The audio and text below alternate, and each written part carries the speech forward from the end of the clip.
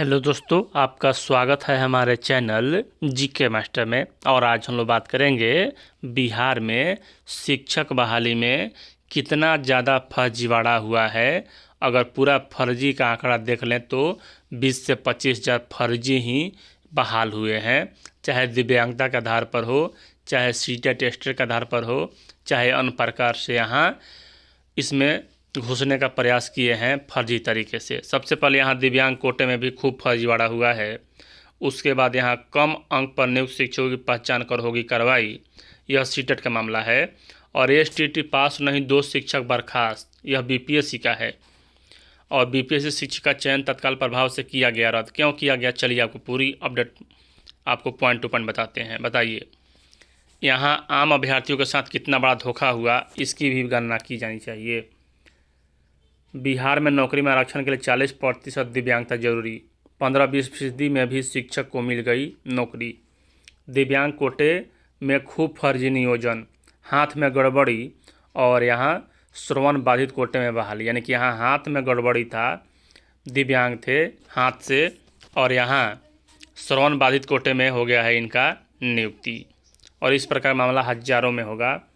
बिहार में शिक्षक नियोजन में आरक्षण के लिए 40% दिव्यांगता का मापदंड निर्धारित है, लेकिन 15 से 20% वालों को भी नौकरी मिल गई। ऐसे भी शिक्षक हैं जिनका हाथ का दिव्यांगता सर्टिफिकेट है, लेकिन उनका नियोजन श्रवण बाधित कोटे से हो गया है। आरटीआई व दूसरे स्रोतों से इनपुट के आधार पर भास्कर ने जब इन मामलों की पड़ताल शुरू की तो पूर्वी चंपारण में से कई शिक्षकों के मामले सामने आए जिन्हें दिव्यांगता के मापदंड को ताक पर तो रखकर नियोजित यहाँ नियोजन में नौकरी ले लिया। क्या है मामला, तो बिहार में वर्ष 2006 से वर्ष 2019 तक हुए शिक्षक नियोजन में दिव्यांग कोटि में ऐसे कई चेहरे हैं जिनका 15 से 20% है दिव्यांगता, जबकि यहाँ चाहिए कम से कम 40%। फिर भी इनकी बहाली हो गई है।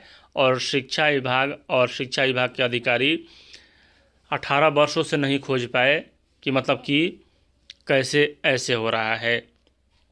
दूसरा यहाँ देखिए, कम अंक पर नियुक्त शिक्षकों की पहचान कर होगी कार्रवाई। और यह सीटेट का मामला है। बीपीएससी प्रथम और द्वितीय चरण के तहत नियुक्त शिक्षकों का शिक्षक पात्रता परीक्षा में तय मानक से कम अंक रहने पर भी नियुक्ति करने का मामला शिक्षा विभाग ने संज्ञान लिया है। लेते हुए ऐसे शिक्षकों को चिन्हित कर आवश्यक कार्रवाई करने का निर्देश दिया है।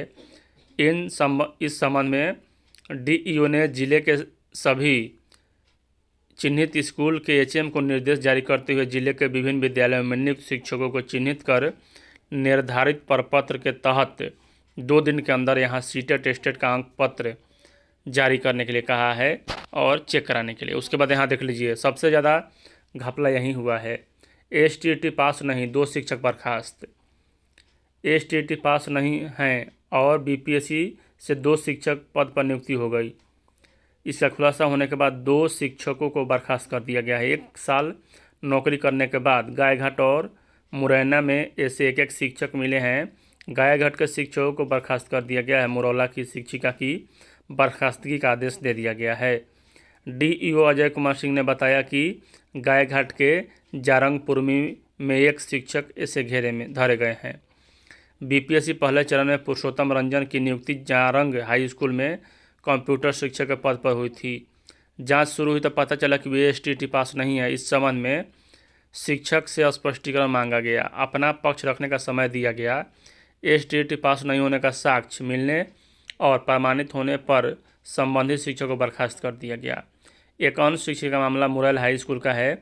वहाँ शिक्षिका प्रमिला कुमारी का सर्टिफिकेट जांच के दौरान सामने आया कि वह एसटीटी में नॉट क्वालिफाई है। बताइए, यानी निर्धारित अंक से कम अंक इन्हें मिला है, इसकी वजह से इनको बर्खास्त कर दिया गया है। उसके बाद यहाँ एक मामला और है, बीपीएससी शिक्षिका का चयन तत्काल प्रभाव से रद्द किया गया है। और यह है बक्सर का। इसमें क्या है, तो यहाँ देखिए कैसे मामला यहाँ आ चुके हैं। जिले के सिमरी प्रखंड में बिना क्वालिफाई के ही टीआरई 1 के तहत चयनित विद्यालय अध्यापिका आरती कुमारी ने मध्य विद्यालय ढकाईचक में योगदान कर लिया था, जिसकी शिकायत शिक्षा विभाग के कमांड एंड कंट्रोल शाखा से प्राप्त हुई थी। प्राप्त शिकायत की जांच प्रखंड शिक्षा पदाधिकारी त्रिलोकीनाथ तिवारी सिमरी के द्वारा की गई और यहाँ सीटेट में मात्र 41.33% अंक है और तत्काल प्रभाव से इनको मतलब कि हटा दिया गया है। तो इस प्रकार का मामला यहाँ बहुत है, जांच होना चाहिए। वीडियो देखने के लिए धन्यवाद।